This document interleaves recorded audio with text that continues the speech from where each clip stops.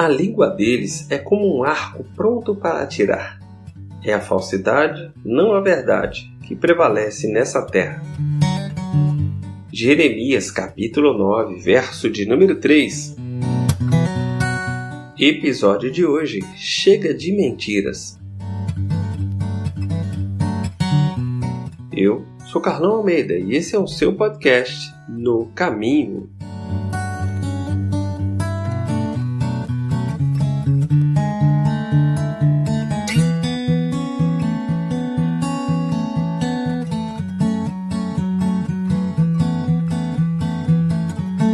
Quando eu era garoto, costumava mentir.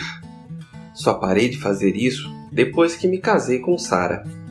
Ela ia comigo aos jogos e ficava intrigada ao ver que outras mulheres a olhavam o tempo todo. Sara me perguntava se eu as conhecia e eu dizia que não.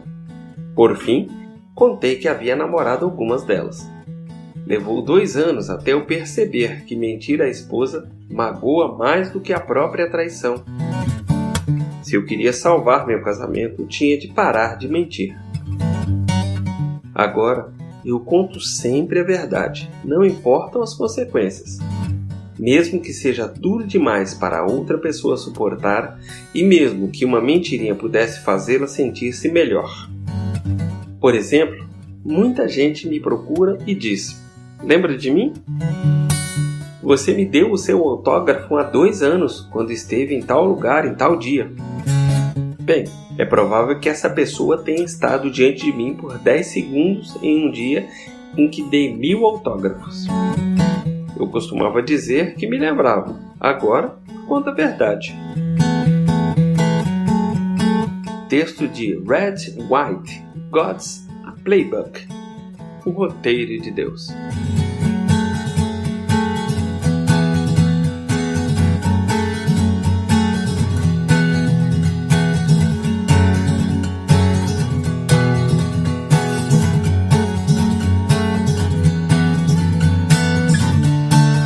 Um admirador de George Washington espalhou a história da cerejeira, na qual o pai do ex-presidente dos Estados Unidos teria perguntado ao filho se ele tinha derrubado um pé de cereja.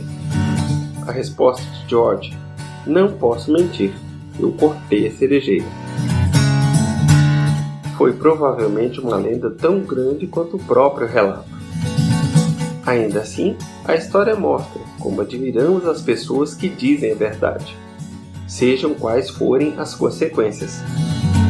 Ao mesmo tempo, temos também certo receio em ser como elas, especialmente quando dizer a verdade significa magoar alguém. Preferimos evitar a questão ou contar uma pequena mentira supostamente inofensiva para que ninguém saia triste.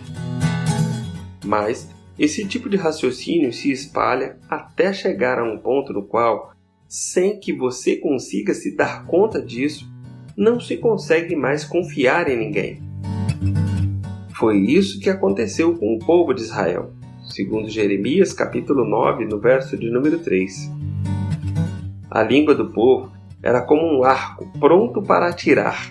É a falsidade e não a verdade que prevalece naquela terra. À medida que eles chafurdavam mais na mentira, passaram a tirar cada vez mais vantagem dos amigos e parentes, até o momento em que ninguém mais podia confiar nos outros.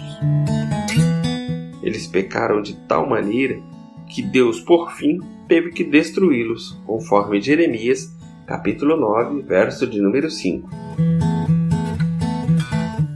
Uma mentirinha pode levar a consequências terríveis.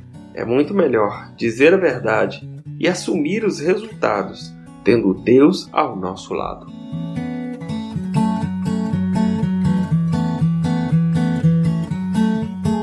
Deixo hoje para reflexão a frase de um autor desconhecido que diz: "É melhor uma verdade feia do que uma mentira linda." Que o Senhor nos abençoe e nos guarde. Faça resplandecer o seu rosto sobre nós e nos dê a paz.